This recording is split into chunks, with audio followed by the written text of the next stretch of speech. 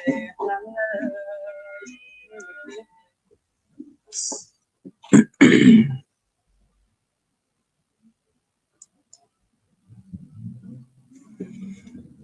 ริญพรท่านสาธุชนทั้งหลายรายการธรรมทานจากวัดพุทธปัญญาเมืองพอมอนารัฐแคลิฟอร์เนียประเทศสหรัฐอเมริกามาพบกับท่านผู้ฟังท่านผู้ชมอีกวาระหนึ่งวันนี้วันที่5 สิงหาคมพุทธศักราช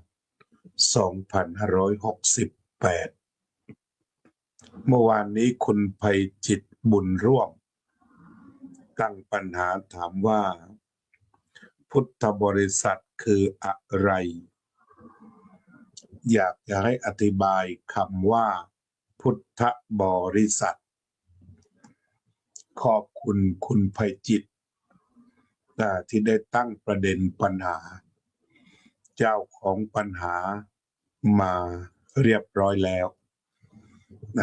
ไม่ได้ถามแล้วหายแต่ถามแล้วตามขอบคุณมากก็อยากจะให้มีผู้ถามบ้างอย่างนี้เราก็จะได้มาเรียนรู้ว่าญาติโยมต้องการรู้อะไรคำถามจะช่วยเราอย่างแรงเริ่มต้นคำว่าพุทธะผู้รู้ผู้ตื่นผู้เบิกบาน หรือเรียกว่าพระพุทธเจ้าเข้าใจง่ายๆแค่ท่านลึกไปหน่อยก็คือพุทธะผู้รู้ผู้ตื่นผู้เบิกบานหมายถึงรู้ตื่นเบิกบานทีนี้พุทธบริษัทก็มาจากบาลีว่าปริสาแปลว่าผู้ล้อมแปลว่าแวดล้อมคำว่าบริษัทหรือปริสะแปลว่าแวดล้อมนั่งล้อมเคยเห็นไหมอย่างภาพที่พระพุทธองค์กำลังแสดงพระธรรมจักรกับปวัตตนสูตรที่คนเขาวาดกันนะภาพนี้ก็เรียกว่าเป็นภาพที่กล่าวถึงการนั่งล้อมวงสมัยโบราณพระพุทธเจ้าจะประทับนั่งตรงกลางแล้วก็บรรดาสาวกก็จะล้อมวงยกเว้นแต่ถ้ามีเยอะนะก็จะนั่งเป็นครึ่งวงกลมก็ลักษณะล้อมวงคุยฉะนั้นคำว่าพุทธบริษัทก็คือผู้ที่นั่งล้อมพระพุทธเจ้านั่งล้อมทำอะไรนั่งล้อมฟังธรรม ง่ายๆเลยนั่งล้อมฟังธรรมะจึงเรียกว่าปริษัทพุทธบริษัทเข้าใจเบื้องต้นก่อนนะคุณไพจิตร นั่งล้อมฟังธรรมเหมือนกับเรานั่งล้อมผู้สูงอายุแล้วก็ฟังนิทานแต่นี้ตั้งแต่ปัญจวัคคีย์เช่นไหมเห็นภาพปัญจวัคคีย์ก็จะนั่งล้อมพระพุทธองค์ฉะนั้นพุทธบริษัทก็คือผู้ที่ล้อมรอบพระพุทธองค์เพื่อการฟังธรรมอันนี้ว่าโดยคำก่อนต่อไปก็ว่าโดยจำนวนพุทธบริษัทมีเท่าไหร่ก็มี4ภิกษุภิกษุณีอุบาสกอุบาสิกาภิกษุก็พระสงฆ์นี่แหละพระสงฆ์ผู้ชายภิกษุณีสงฆ์พระสงฆ์ผู้หญิงอุบาสกก็คือพุทธบริษัทผู้ชายอุบาสิกาพุทธบริษัทผู้หญิงภิกษุภิกษุณีอุบาสกอุบาสิกาทีนี้บางแห่งเมื่อภิกษุณีไม่มีเขาก็นำสามเณรขึ้นมาภิกษุสามเณรอุบาสกอุบาสิกาตอนนี้ก็เป็นนั้นว่า มีผู้หญิงไทยที่สนใจพระพุทธศาสนาจำนวนมากไปรับการอุปสมบทภิกษุณีจากประเทศศรีลังกาเราจะมีกันอยู่หลายแห่ง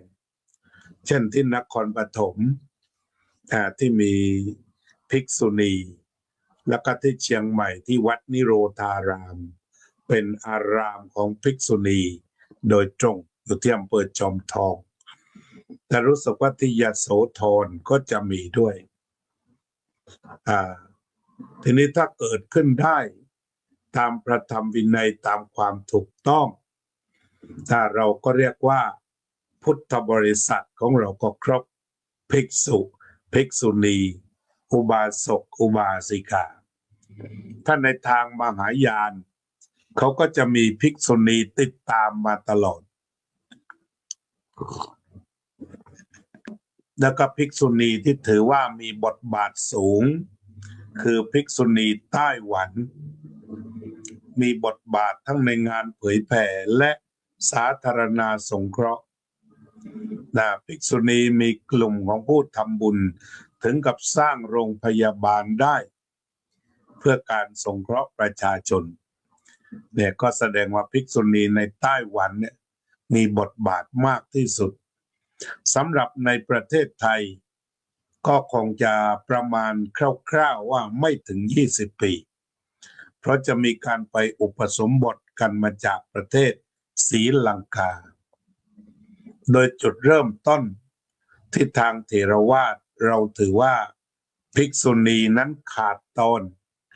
เพราะว่าผู้ที่จะมาเป็นพยานในการนั่งหัตถบาตญาติโยมเห็นใช่ไหมพระอันดับแต่จะมีพระอุปัชฌาย์พระกรรมวาจาพระอันดับทีนี้ถ้าภิกษุณีเนี่ยจะต้องบวชจากสงฆ์ทั้งสองฝ่าย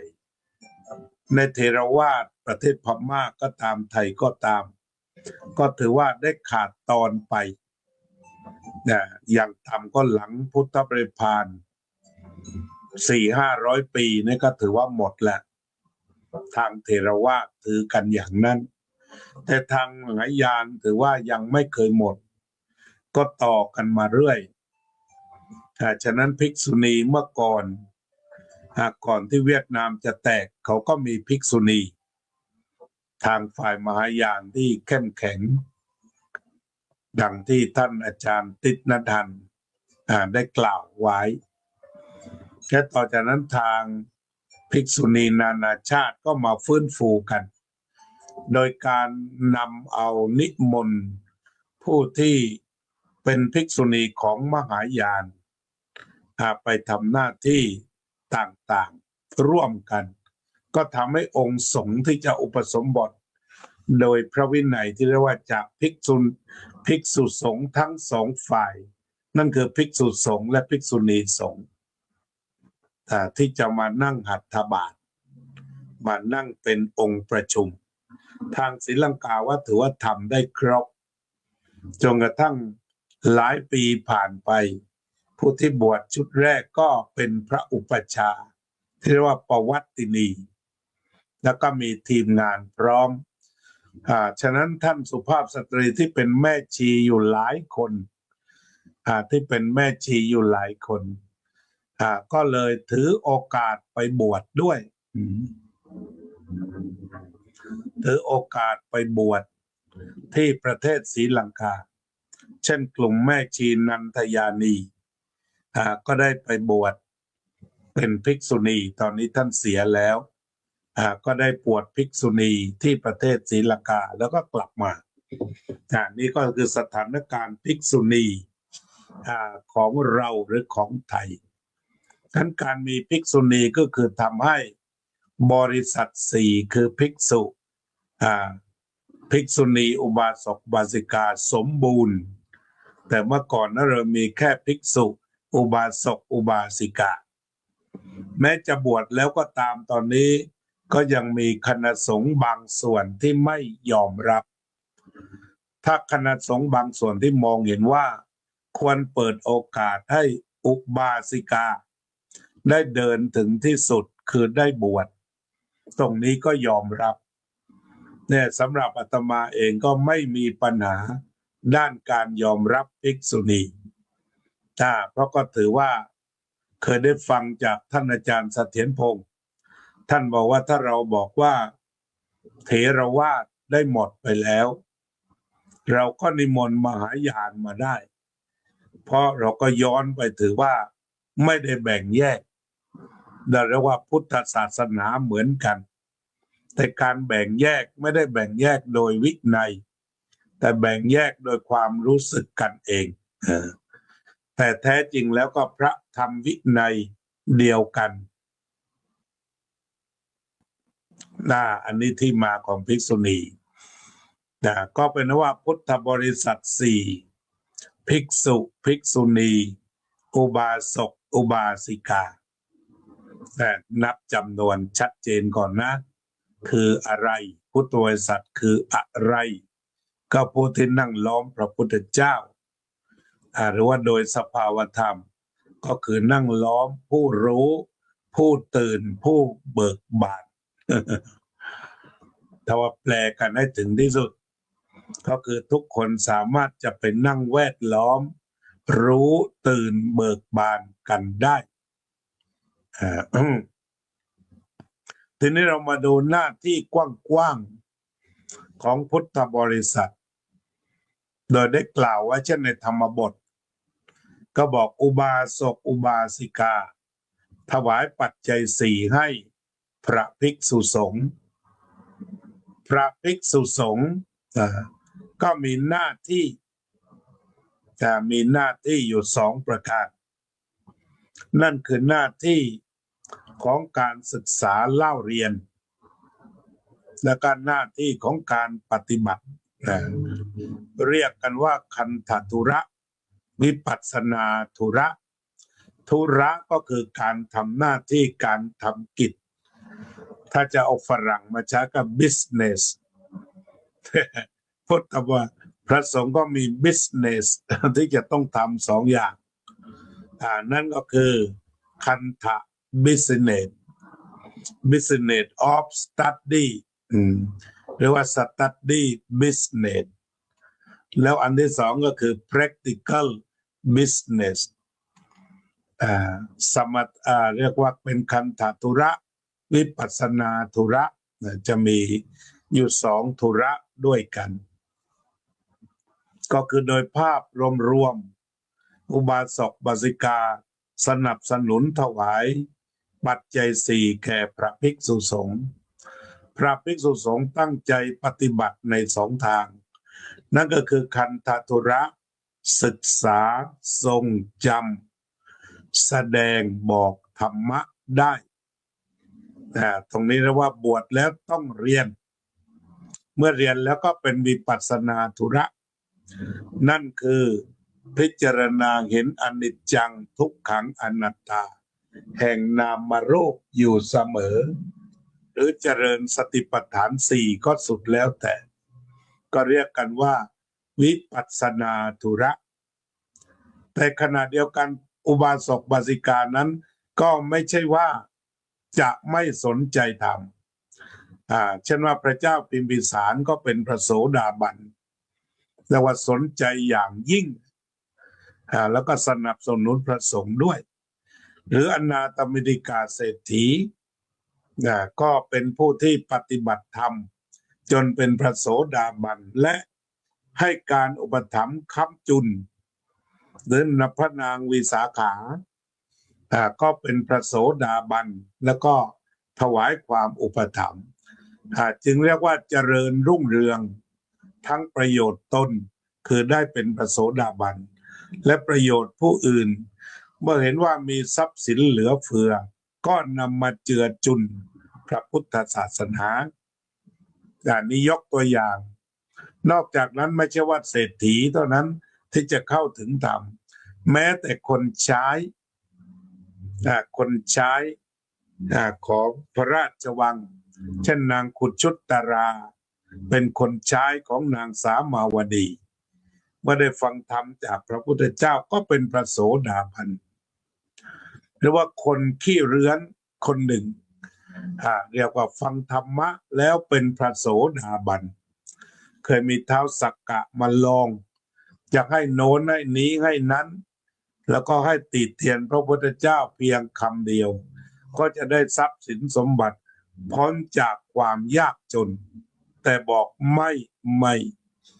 เนี่ยพระพุทธเจ้าประเสริฐพระธรรมประเสริฐพระสงฆ์ประเสริฐถึงจะอดตายแต่จะให้ไปวิจารณ์พระพุทธพระธรรมพระสงฆ์นั้นไม่มีนี่เรียกว่าผู้เข้าถึงพระโสดาบันนั้นเป็นคู่มั่นคงในพระรัตนตรัยนั่นเองแล้วก็ละสักยทิฏฐิวิจิกิจฉาศีลพัตตปรมาสทีนี้เราก็อาจจะพูดว่าหน้าที่ร่วมดีกว่าถ้าหน้าที่พระสงฆ์ในธรรมบทตามที่กล่าวก็คันธทุระศึกษาทำความเข้าใจทรงจำบอกกล่าวแสดงนี่หน้าที่ฝ่ายคันธทุระหน้าที่ฝ่ายวิปัสสนาธุระก็คือพิจารณานามรูปเป็นอนิจจังทุกขังอนัตตานี่คือหน้าที่ได้แบ่งกันแต่อดีตมาว่านิมนต์พระทำแบบนี้เดินจึงไม่ต้องไปทำไร่ทำนาทำสวนหรือสะสมทรัพย์สินแต่ประการใดญาติโยมให้หลักประกันให้ตั้งใจศึกษาและปฏิบัติทีนี้ลุมาถึงปัจจุบันโครงร่างนี้ตั้งแต่อดีตการก็มีอยู่เช่นเรามีโรงเรียนบาลีมีโรงเรียนนักธรรมอันนั้นถือว่าไปเรียนพระพุทธวจนะโดยตรงหรือสถาบันที่เรียนพระพุทธวจนะโดยตรงก็ตามพระภิกษุที่ทำแบบนี้ถือว่าทำหน้าที่ของพุทธบริษัทฝ่ายพระสงฆ์แต่เช่นพวกเราขณะนี้แต่ละเดือนก็จะถวายทุนการศึกษานิตยพัฒน์กับพระภิกษุสามเณรแม่ชีที่ศึกษาบาลีอยู่ที่วัดโมลีโลกยารามตรงนี้ก็ถือว่าชาววัดพุทธปัญญาได้เห็นความสำคัญของภิกษุสามเณรและแม่ชีที่อยู่วัดโมลีโลกยารามที่ทำหน้าที่ศึกษาเล่าเรียนจึงถวายปัจจัยสี่เพราะท่านทำหน้าที่แล้วก็ที่วัดโมลีโลกยารามก็มีอุบาสิกาจำนวนหนึ่งอุบาสิกาจำนวนหนึ่งเป็นข้าราชการเกษียณเป็นอุบาสิกาเช้าตีห้าก็จะเข้าวัดมาเตรียมอาหารร่วมกับแม่ครัวประจำซึ่งนี้ก็ถือว่าได้ทำหน้าที่ของพุทธบริษัทบำรุงอุปถัมภ์พระศาสนาฉะนั้นหลายวัดก็ยังมีคำตอบที่พระภิกษุศึกษาเล่าเรียนพระพุทธวจนะแล้วก็อีกส่วนหนึ่งก็คือการปฏิบัติธรรมอย่างจริงจังก็มีอยู่หลายวัดการทำวัดสวดมนต์เจริญสมาธิภาวนาเป็นประจำหรือเรียกกันว่าตั้งสำนักปฏิบัติแต่ตั้งสำนักปฏิบัติก็ไปสายวิปัสสนาธุระโดยไม่มีการศึกษาเล่าเรียนแต่ความจริงแล้วถ้าไปด้วยกันศึกษาด้วยวิปัสสนาธุระด้วยหน้าที่ของพระสงฆ์ก็จะสมบูรณ์ทีนี้หน้าที่ของภิกษุณีก็คงจะทำหน้าที่เดียวกันคือศึกษาเล่าเรียนพระปริยัติหรือหลักคำสอนของพระพุทธเจ้าจนเชี่ยวชาญจำได้ดีทรงจำได้ดีบอกกล่าวได้ดีก็เป็นหน้าที่ของภิกษุณีที่จะศึกษาแล้วก็ปฏิบัติทีนี้อุบาสกบาสิกาก็เช่นเดียวกันก็ศึกษาและปฏิบัติทีนี้เราก็จะมีหน้าที่ร่วมหน้าที่ของพุทธบริษัทร่วมคือของภิกษุภิกษุณีอุบาสกอุบาสิกาก็คือศึกษาปฏิบัติและเผยแผ่ฉะนั้นเราทำด้วยกันดีกว่า เนี่ยพุทธบริษัทภิกษุภิกษุณีอุบาสกอุบาสิกาถ้าเราศึกษาปฏิบัติและเผยแผ่พระพุทธศาสนาหรือพุทธธรรมก็จะทำให้เราสามารถทำหน้าที่ครอบคลุมทั้งของพระสงฆ์และของอุบาสกอุบาสิกาถ้ามีอะไรเพิ่มเติมก็เพิ่มมาได้นะคุณไพจิต ดีมากทำยังไงเราจึงจะมีการถามการเติมกันมาบ้างนะทีนี้ต่อมาก็เป็นว่ารู้จักประเภทรู้จักหน้าที่ทีนี้คำว่าปฏิบัติเช่นของพระสงฆ์เนี่ยนอกจากศึกษาเล่าเรียนจะต้องปฏิบัติตามพระวินัยในขณะที่เป็นพระถ้ายังไม่ลาสิกขาต้องปฏิบัติตามพระวินัยทีนี้ถามว่าฆราวาสมีวินัยไหมมีก็คือมีศีลห้าพระนี่227ทวายาทโยมอุบาสกด้วยอุบาสิกาด้วยเนี่ยก็สมาทานศีลห้ากันไว้ก่อนจากศีลห้าบางคราวถ้ามีความพร้อมก็ขยับไปถึงอุโบสถศีลอย่างที่หลังสวนปีที่แล้วที่ไปอยู่ที่วัดประสาทนิโคนก็มีการปฏิบัติมาสมาทานโบสถศีลหลายคนคนหนุ่มสาวก็มีผู้สูงอายุก็มีสำหรับปีนี้ก็ยังมากันอยู่ที่ลานโพธิธรรมอันนี้เป็นต้นก็คือฆราวาสก็มีวินัยแต่มี5 ข้อทีนี้ถ้าชาวพุทธทั้งอุบาสกอุบาสิกาตระหนักว่าเราจะต้องปฏิบัติธรรมศึกษาธรรมและเผยแผ่ธรรมร่วมกันเราก็จะมีบุคลากรเพียบตอนนี้ก็มีถึง70 กว่าล้านคนก็ตีซะว่าเป็นพุทธสัก60ก็พอทีถ้า60เนี่ยถือศีลห้ากันหมดปฏิบัติศีลห้ากันอย่างเคร่งครัดหรือเอาข้อเดียวไม่ดื่มสุราให้มาเป็นหัวหอกเลยประกาศชัดนี่คือประเทศของพุทธไม่ดื่มสุราแล้วก็อันที่สองก็คือว่าให้เป็นเอกลักษณ์ไม่เล่นการพนันเพราะว่าการพนันนั้นเป็นทางแห่งความเสื่อมพุทธบริษัทก็ไม่เล่นต่อไปนี้พุทธบริษัทจะเผยแผ่ธรรมอย่างไรในทางปฏิบัติเช่นว่าไปที่ไหนเขาส่งเหล้าให้ดื่มเราในฐานะเป็นพุทธบริษัทที่จะเผยแผ่ธรรมะก็บอกว่าขอบคุณครับผมเป็นชาวพุทธไม่ดื่มสุราเพราะผมสมาทานศีลห้าผมขอเป็นน้ำมะพร้าวอ่อนได้ไหมครับน้ำเต้าหู้มีไหมครับอวันตินมีไหมครับอันนี้ก็เป็นการเผยแผ่เพื่อที่จะบอกว่าชาวพุทธไม่แตะสุราคำตอบคือเป็นชาวพุทธง่ายๆอย่างนั้นถ้าเราใช้คำนี้เราก็ถือว่าเป็นการเผยแผ่ธรรมทันทีนอกจากนั้นก็การไม่ฆ่าสัตว์ทุกคนก็ปฏิบัติกันไม่ลักทรัพย์ไม่ประพฤติผิดในกามไม่พูดเท็จและก็ไม่ดื่มสุราเมรัยแต่สิ่งที่จะสร้างเอกลักษณ์ได้ก็คือไม่ดื่มสุราเมรัย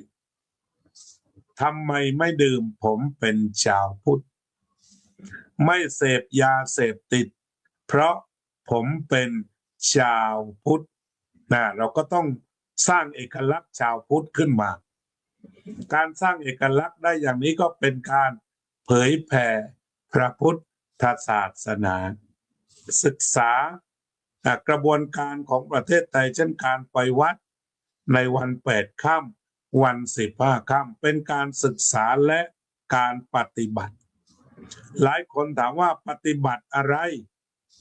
คนที่ไปวัดวันพระ8 ค่ำก็ปฏิบัติศีลสมาธิปัญญาอยู่ในนั้นการได้ไม่ไปทำร้ายใคร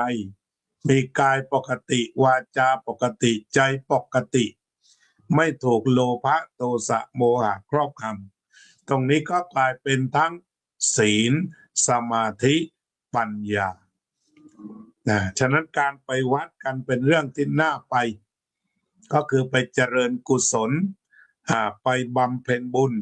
ไปปฏิบัติธรรมจากการทำวัดสวดมนต์แต่ละครั้งกิจกรรมเหล่านี้ก็นำไปสู่ศีลสมาธิปัญญานำไปสู่กุศลกรรมบทคือกายสุจริตวจีสุจริตและมโนสุจริตงั้นก็อยู่ใกล้วัดไหนถ้ามีเวลาเราก็ไปวัดนั้นไม่เกินชั่วโมงสมาทานศีลสวดมนต์ไหว้พระหรืออาจจะทำอื่นอีกก็ได้เพราะบางทีเราไปเสียเวลากับเรื่องอื่นเยอะแต่พอเวลานี้เราก็คิดเล็กคิดน้อยว่ามันเยอะเกินไปจึงต้องปรับทัศนคตินี่ก็คือพุทธบริษัทศึกษาปฏิบัติและเผยแผ่ทีนี้ถ้าเราเข้าใจพุทธบริษัทแล้วเราก็เห็นว่าเรามีบุคลากรอาตมาตีให้60 ล้านคน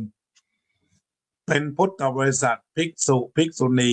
อุบาสกบาสิกาและทำหน้าที่ศึกษาปฏิบัติและเผยแผ่ทีนี้เราก็มาดูว่าถ้าเราตระหนักในความเป็นพุทธบริษัทมีข่าวพระต่างๆออกมา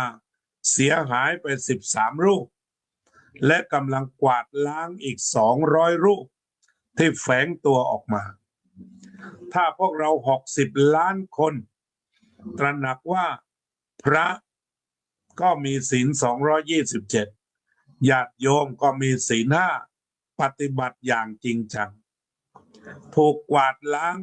พระสงฆ์ที่แฝงตัวเข้ามาถูกกวาดล้างไป200 องค์220ใน2 เดือนนี้พุทธศาสนาไม่กระทบไม่หวั่นไหวเราเหลืออีก60 ล้านคนหรือ50 ล้านกว่าคนเห็นไหมถ้าเราตระหนักฉะนั้นเรียกว่าพุทธบริษัทเนี่ยถ้าเราจับมือร่วมกันศาสนาจะไม่ได้เสื่อมเป็นเพียงว่าผู้เหล่านั้นปฏิบัติไม่ได้ก็ถอยออกไปเป็นอุบาสกต่ออย่างบรรดาพระผู้ใหญ่10 กว่าองค์นี้ปฏิบัติในทางวินัยสงฆ์ไม่ไหวก็ถอยออกไปสมาทานศีล 5ศีล 8ไม่ได้ห้ามแต่ก็เพียงลดบทบาทลดศีลของตัวเองและไปอยู่ในศีล 5ศีล 8ต่อไปที่จะเห็นได้ว่าไม่กระทบต่อความเสื่อมเพียงแต่เราคิดว่ามันเสื่อมว่าเราคิดไปเองแล้วก็คิดบอกว่าพระสงฆ์คือศาสนาพุทธถ้าอย่างนั้นเสื่อมถ้าไปวางไว้ผิดแต่ก็เสื่อมไม่เยอะเสื่อมไปเพียง10หรือ20หรือ200ก็ไม่ได้เสื่อมหมดถ้าเราจะพูดได้ตรงก็คือว่าภาพพจน์ของสถาบันสงฆ์ไม่ดีเราก็ต้องยอมรับอย่างนั้นเมื่อไม่ดีก็ออกไปก็ไปเป็นอุบาสกแต่ถ้าเราเรียกเป็นพุทธบริษัทเสาทั้ง4 ต้นปลวกกินประมาณ2 คืบยังอยู่ได้ทีนี้พุทธบริษัทเนี่ยเป็นผู้ชี้ชะตาไปเลยว่าพุทธบริษัทนั้นเป็นผู้สนับสนุนศาสนาทีนี้บางทีเรามาเพ่งแต่พระอย่างเดียวในเรื่องศีลเนี่ยเช่นพระดื่มสุราจับศึกแล้วอุบาสกตั้งวงกันล่ะเราจะทำยังไงเพราะฉะนั้นตัวทำลายศาสนาในตัวเนื้อเนี่ยจริงๆพวกตั้งวงเล่านั่นแหละก็ทำลายศาสนาทุกวันถ้าเราจะวางมาตรฐานเดียวกันใช่ไหมพระดื่มสุราเสื่อมพุทธบริษัทดื่มสุราก็เสื่อมเหมือนกัน เพราะฉะนั้นอย่างข้อสุราเนี่ยทั้งพระและโยมไม่ควรดื่มก็ทำให้ภาพพจน์ชาวพุทธเสื่อมตอนนี้ก็เรียกว่ามีการเล่นการพนันอะไรสักอย่างโป๊กเกอร์ ไม่ใช่ปกเด้งเนี่ยยังไงโป๊กเกอร์กับปกเด้งต่างกันยังไงก็ได้ข่าวว่ากระทรวงมหาดไทยเซ็นให้เล่นโป๊กเกอร์ว่างั้นเนื้อหายังไงโยมก็ติดตามกันเองตรงนี้ก็ไม่ได้เซ็นในนามของพุทธบริษัทถ้าพุทธบริษัทจะไม่เปิดบ่อนเสรีเพราะเราเป็นพุทธบริษัทฉะนั้นการที่พุทธบริษัทอ่อนแอ ก็ทำให้ดูเหมือนว่าพระพุทธศาสนาไม่มั่นคงแต่ในทางปฏิบัติจริงถ้าเรามานับว่าเราคือหนึ่งในพุทธบริษัทคนนี้ลดจาก227ไปเหลือ5เหลือ8ก็ว่ากันไปก็ออกนอกสนามกันไปเหมือนเล่นฟุตบอลถ้าแฮนด์บอลบ่อยไม่ไหวเจอลูกโทษเจอใบแดงออกจากสนามไปแต่ไปเป็นผู้ดูที่ดีเหมือนฟุตบอลนี่แหละสมมุติเจอใบแดงเนี่ยเนี่ยเรียกว่าบรรดาพระเถระทั้งหลายบางคนเจอใบแดงก็เอาไปอยู่ข้างสนามเล่นไม่ได้ก็ไปเป็นศีล5ศีล8ต่อไปอันนี้ก็คือเรื่องที่กล่าวให้ฟังว่าพุทธบริษัทถ้าผนึกกำลังกันดีเราเป็นหนึ่งเดียวกันดีเนี่ยก็จะไม่ได้ทำให้พุทธศาสนาเสื่อมแต่ประการใดเป็นเพียงว่าศักยภาพในการปฏิบัติศีลสมาธิปัญญาของแต่ละคนนั้นไม่เท่ากัน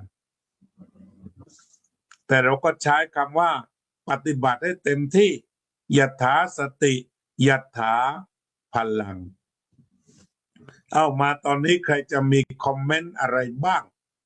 เสริมเข้ามาก็ได้เพราะฉะนั้นพุทธบริษัทเราให้ทำหน้าที่เหมือนกันศึกษาปฏิบัติและเผยแผ่คุณจิรารัตน์ให้ข้อมูลช่วยอาตมาด้วยนะเรื่องทางโลกเนี่ยมันไม่รู้นะครับคุณจิรารัตน์บอกว่าโป๊กเกอร์คือการเล่นไพ่อย่างหนึ่งการพนันอย่างหนึ่งช่างหาทำเรื่องเสื่อมนะยอมเป็นพุทธบริษัทยอมไม่เล่นโป๊กเกอร์แต่คนที่เซ็นให้เล่นโป๊กเกอร์อันนั้นเรียกว่าไม่ได้ทำหน้าที่ของพุทธบริษัทแต่ถ้าเป็นหน้าที่พุทธบริษัทตระหนักไปเลยว่าดื่มน้ำเมาเที่ยวกลางคืนดูการละเล่นการพนันคบคนชั่วเป็นมิตรเกียรติค้านการทำงานไม่ใช่ชาวพุทธตกลงว่าถ้าเรามาปฏิบัติแบบอุบาสกบาสิกาเนี่ยเราก็จะทำให้ประเทศชาติสะอาดสะอ้านอาจจะไม่มีการสูบบุหรี่จะไม่มีวงเหล้าจะไม่มีพวกยาเสพติดแต่ถ้าเป็นพุทธแท้เนี่ยทำให้ประเทศสวยงามเป็นประเทศที่น่าอยู่ที่สุดฉะนั้นมาตระหนักถึงความเป็นพุทธแท้อย่าโยนศาสนาให้พระเพียงอย่างเดียวเพราะพระมี400,000 องค์300,000 องค์แต่พุทธบริษัทมี60 ล้านเนี่ยตมาให้ประมาณนั้นใครมีสถิติส่งมาฉะนั้นระหว่างการโยนภาระให้300,000กับ60 ล้านอันไหนมั่นคงกว่ากันฉะนั้นในภาวะอย่างนี้เราก็อย่าเอาแต่นั่งด่า นั่งวิจารณ์เอาละนิดๆหน่อยๆได้ผ่านไปแต่เรามาทำจิตของเราให้บริสุทธิ์แล้วช่วยกันแสดงว่านี่คือพุทธศาสนาใครชวนดื่มสุราไม่ดื่มให้ร้านเหล้าหายไปสัก50%เพราะไม่มีคนดื่มก็จะแสดงว่านี่คือชาวพุทธที่ตั้งอยู่ในธรรมทีนี้ต่อมาถ้าสมมติญาติโยม60 ล้านคนปฏิบัติธรรมะอื่นๆที่เป็นของคฤหัสถ์ปัญหาก็จะไม่เกิดขึ้นคุณรัตินันเสริมเข้ามางานศพประเทศไทยชอบมีวงพนันวงเหล้า อันนี้ชาวพุทธควรตระหนักให้มากเช่นกันไม่ควรเกิดขึ้นเลยค่ะพระอาจารย์อันนี้ถ้าเราลึกถึงชาวพุทธการทำบุญงานศพมันก็จะประหยัดแต่การทำบุญงานศพที่เปลืองมากคือเปลืองเพราะเอาเหล้าไปดื่มแล้วก็เล่นการพนันแต่ทำไมเราจึงไม่บอกว่าพวกนี้ทำลายศาสนาแต่พระเดินเมาตามถนนจับศึกทันทีข้อหาทำลายศาสนาแต่ว่าพุทธบริษัทเปิดวงเล่าเรียกว่าเลี้ยงเหล้ากันเต็มเหนียวในงานศพเล่นการพนันกันคืนยังรุ่งบางแห่งพระสวดแล้วก็รีบพาไปส่งเลยจะได้ตั้งวงอย่างนี้ก็เสื่อมเหมือนกันเราต้องตั้งค่านิยมว่าพวกทำลายศาสนาไปเลยพอที่ว่า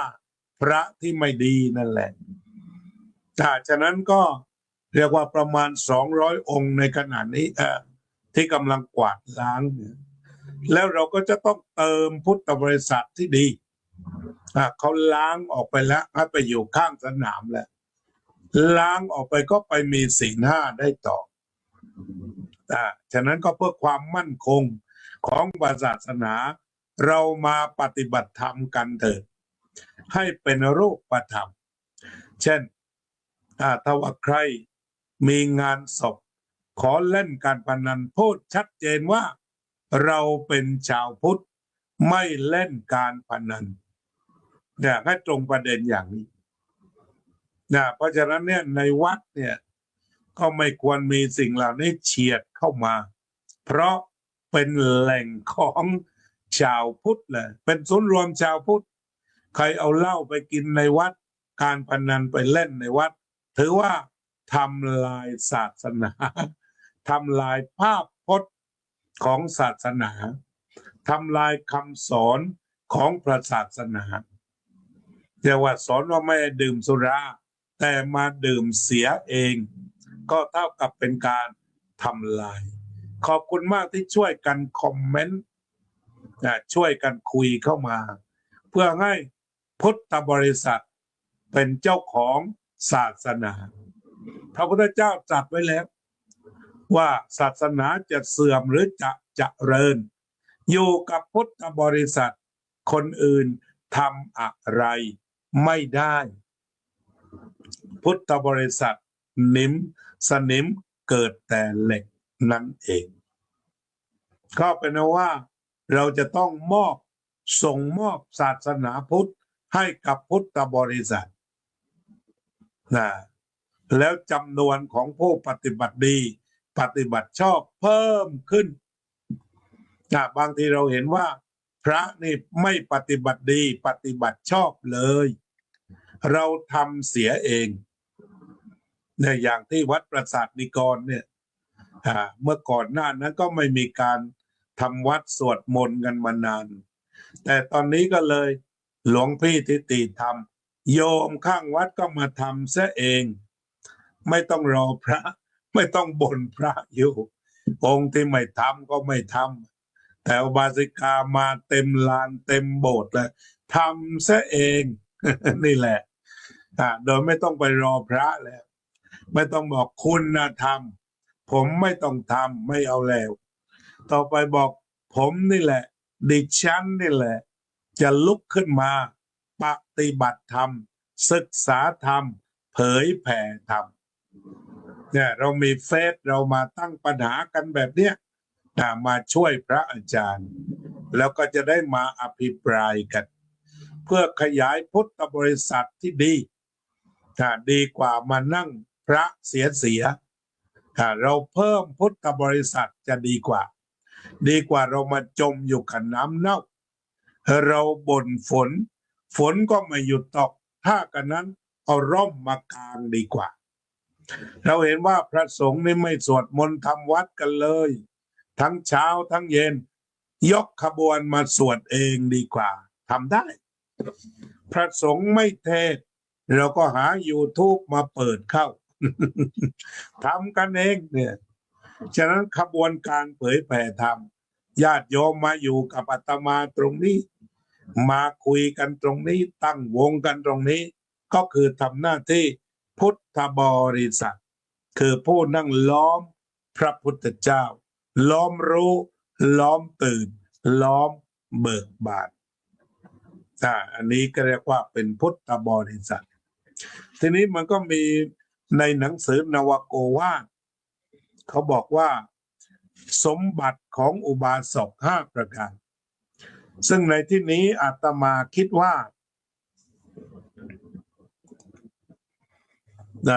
โยมรัตินันบอกหากวงการสงฆ์อ่อนแอพุทธบริษัทต้องเข้มแข็งในเช่นว่าในวัดมีพระ10 องค์ไม่ลงทำวัดเลยเนี่ยแล้วญาติโยมข้างวัดเท่าไหร่ญาติโยมข้างวัด101ก็มาวันละ10ก็ฟื้นฟูศาสนาได้แล้วถ้ามา20พุทธบริษัทก็เข้มแข็งอีก10 รูปก็เช้าเอนเพนนอนเที่ยงพักผ่อนไปก็ไม่มีผลกระทบอะไรต่อพระพุทธศาสนาเรียกว่าต้องการให้สวยงามยังไงทำกันเองต้องการในวัดมีดอกไม้บานสะพรั่งก้าวเข้ามาปลูกเอง ซึ่งดีกว่าไปบอกว่าพระเอาแต่ฉันแล้วก็นอนเราก็บาป พูดไปมันก็บาปอยู่ตรงไหนมันอยู่ที่ใจเศร้าหมองแม้คิดถึงพระวัดนี้แล้วหงุดหงิดคิดถึงพระวัดนี้แล้วหมดอะไรตายอยากอย่างนี้นั่นแหละคือบาปมันอยู่ตรงนั้นคิดแล้วเหนื่อย ฉะนั้นก็พลิกจิตมาทำซะเองทำวัดเองสวดมนต์เองปลูกต้นไม้เองกวาดขยะเองห้องน้ำไม่สวยรากเองทำเองช่วยกันเนี่ยเอาโบสถ์เรียกว่าก็ยากขึ้นรกเอาถอนเองเนี่ยเพราะเราเป็นพุทธบริษัทมันถ้าฝากศาสนาไว้กับพระเรียกว่าก็มีความโอนเอ็นกระทบกระทั่งเพราะพระจำนวนน้อยแล้วก็ในจำนวนที่น้อยอยู่แล้วเนี่ยไม่ถึง400,000เนี่ยก็ยังไม่ได้ทำหน้าที่ของพระสงฆ์ที่ตรงกับประเด็น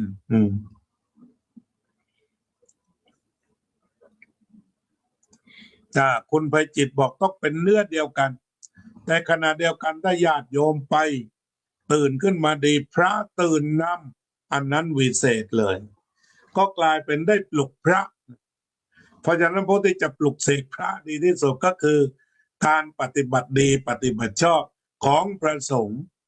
เห็นญาติโยมมากวาดขยะปลูกต้นไม้ทำวัดก็นอนอยู่ไม่ไหวรู้สึกละอายตื่นขึ้นมานั่นก็คือการกระทำของโยมปลุกพระปลุกเสกพระ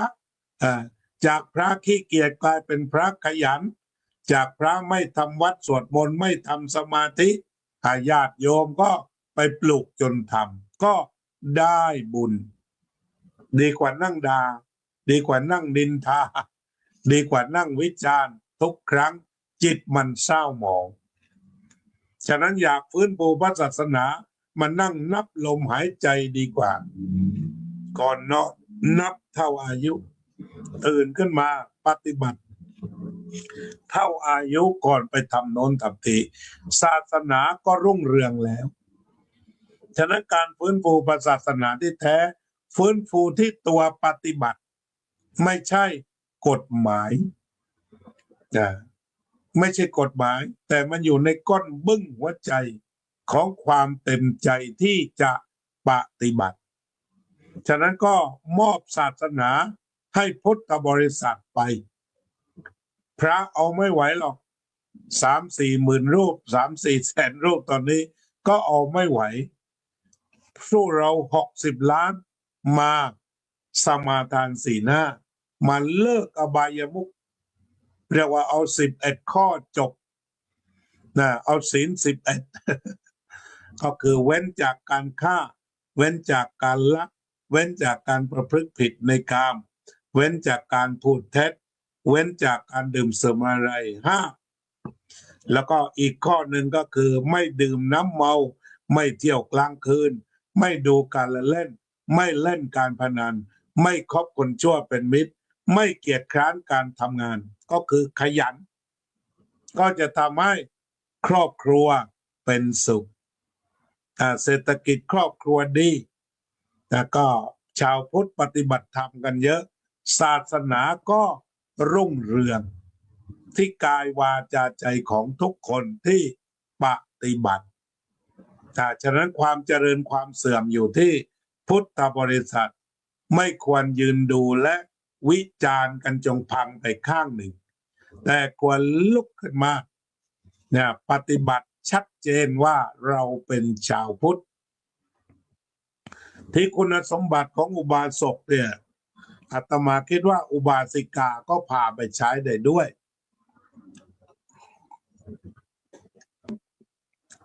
นั่นก็คือหนึ่งคุณสมบัติอุบาสกอุบาสิกาไปเลย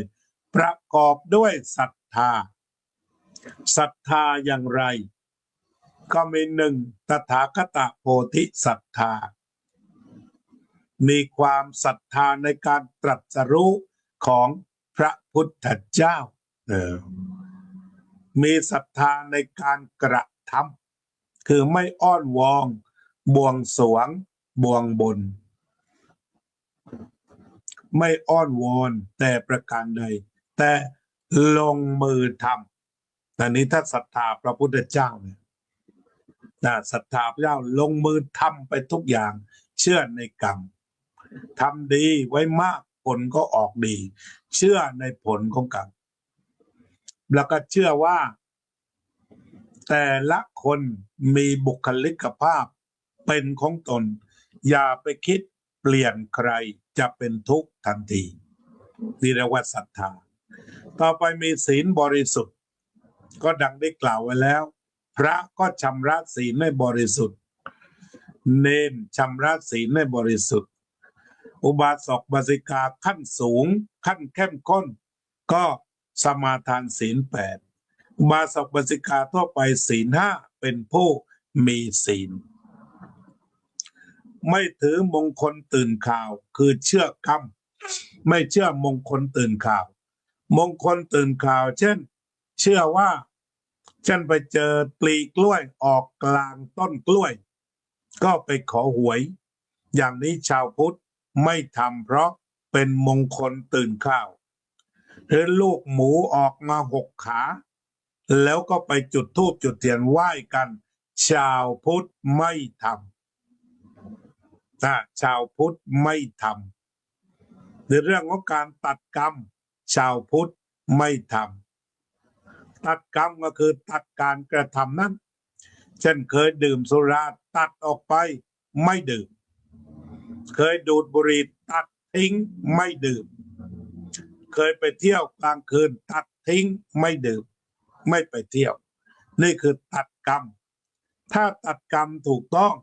ไม่ต้องเสียเงินให้หมอตัดแต่ตัดเองด้วยการเป็นอุบาสกอุบาสิกาที่ดีเท่านั้นก็จะไม่ถูกต้องไม่ถูกหลอกลวงไม่แสวงหาเขตบุญนอกพุทธศาสนาเช่นว่าการไปกราบไหว้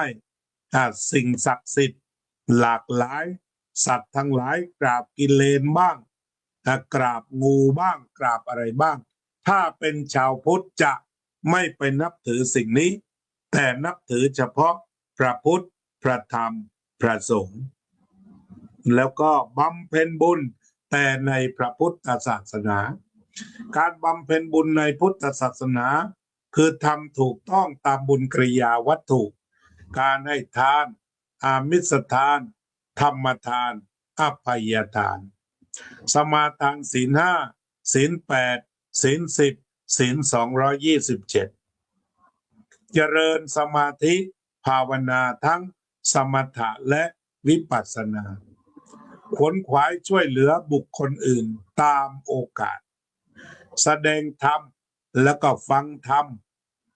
เผยแผ่ธรรมด้วยการทำให้ดูอยู่ให้เห็นเย็นให้สัมผัสนี่ก็คือการทำบุญในพุทธศาสนา อนุโมทนาบุญกับคนอื่นให้ส่วนบุญกับคนอื่นเห็นสิ่งทั้งปวงตามความเป็นจริงไม่เห็นผ่านม่านบังตาผ่านความเชื่อหรือผ่านความหลอกลวงเช่นการเป็นรูปต้นตะเคียนหาหวยชาวพุทธไม่ทำแต่ถ้าพุทธบริษัทกลับมาอยู่ในที่ตั้งตามพุทธศาสนาแค่นี้เราก็จะสามารถช่วยให้ศาสนามั่นคงเป็นประโยชน์เป็นความสุขแก่พุทธบริษัทและสัตว์ทั้งหลายโดยทั่วไปก็ตอบให้เรียบร้อยแล้วนะคุณภัยจิตท่านผู้ใดจะฝากการบ้านพรุ่งนี้เขียนขึ้นมา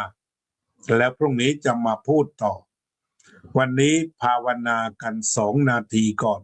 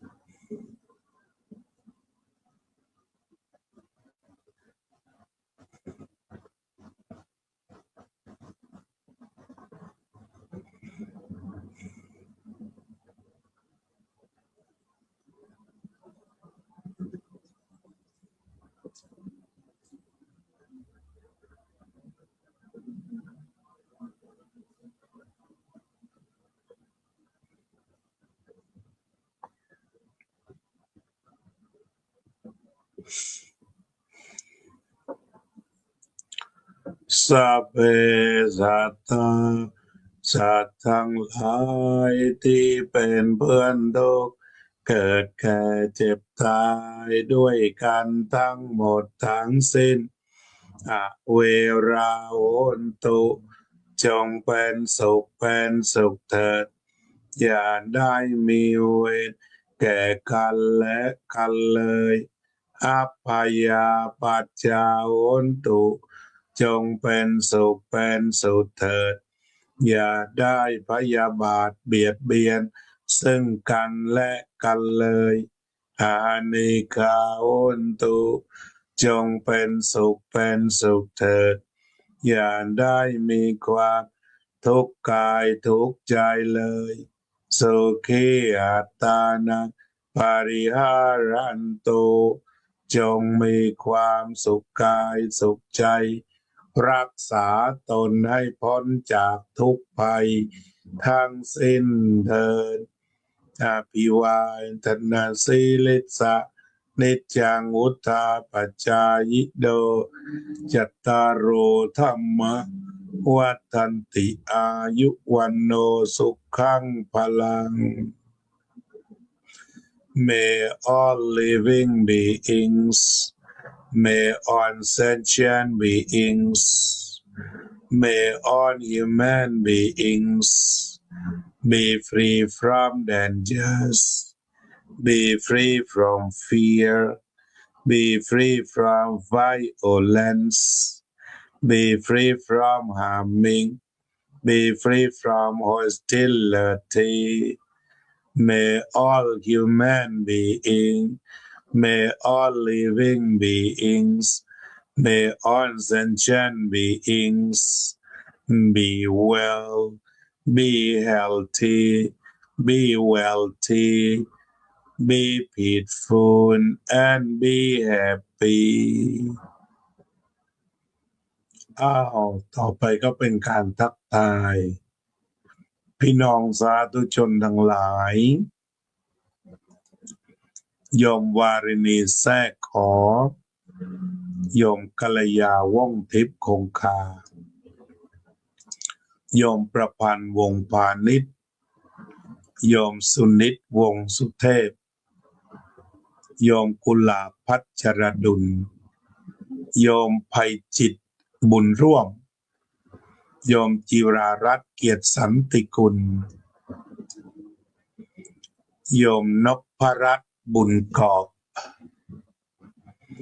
โยมระเบียบพรวนกระโทกโยมเค้นธนาโยมอุบลอินทวงศ์โยมเพชรสมรทีวีสาธุครับนมัสการอนุโมทนาบุญด้วย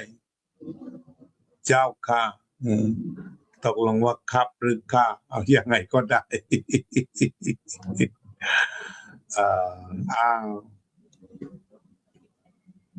จะโยมสุพนิกาฉายาลักษณ์โยมทิติมาโยมนิคมโยมเพชรทีวีอนุโมทนาด้วยเจ้าค่ะโยมท่านอาจารย์สาธิตธีรปัญโยคุณอรวรรณประภากรโยมสมควรกตาธิการโยมบุญรัตนสงขลาโยมศิวิไลศรีวงชัยโยมรัตตินันชาวระโรธโยมไพจิตบุญร่วมโยมจิรสาอัลพาเซน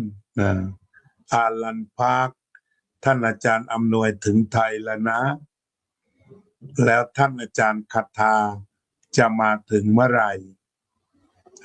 ไม่ขาดพระนานุโมทนา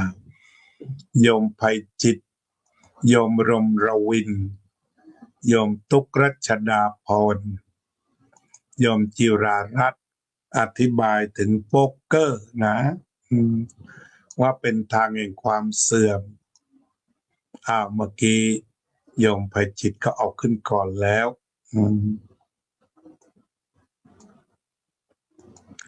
โยมรัตตินันโยมไพจิต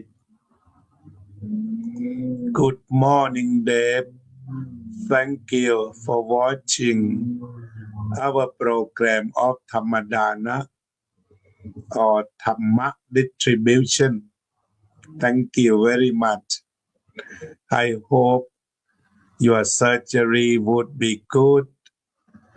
I hope you will get good information about your surgery. I know today will you go to visit doctor, right?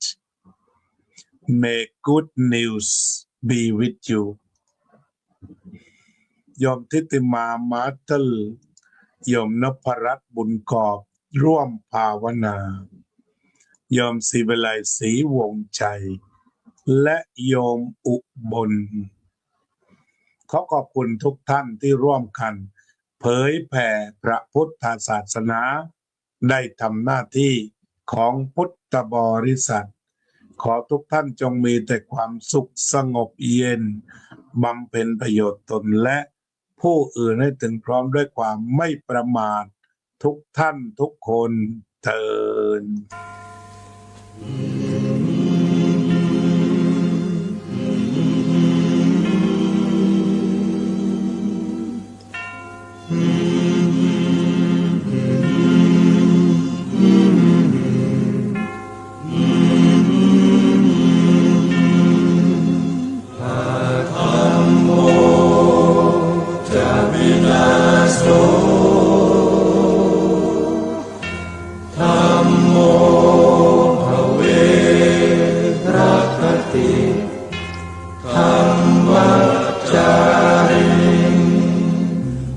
พุทธอ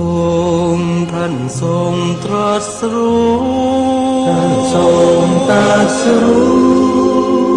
เป็น สัพพัญญู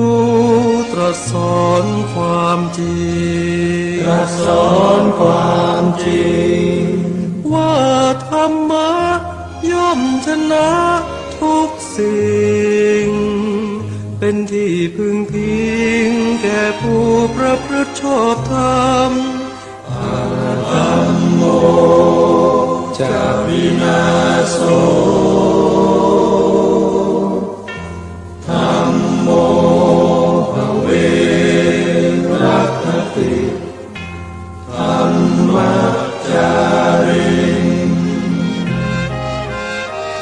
อำนาจใดๆก็ตาม ย่อมถึงความพินาศถ้าขาดธรรมะประจำ ไม่มีใครอยู่ค้ำฟ้า เราต่างเกิดมาใช้กันจงอยู่ในศีลในธรรม คิดทำแต่กรรมที่ดีธัมโมจะวินาโสธัมโมภเวรัคติธัมมัจจาริง ทำส่องสว่างสู่ทางสุขสีคำจุนโลกนี้นิรันดร์ ธัมโมจะวินาโส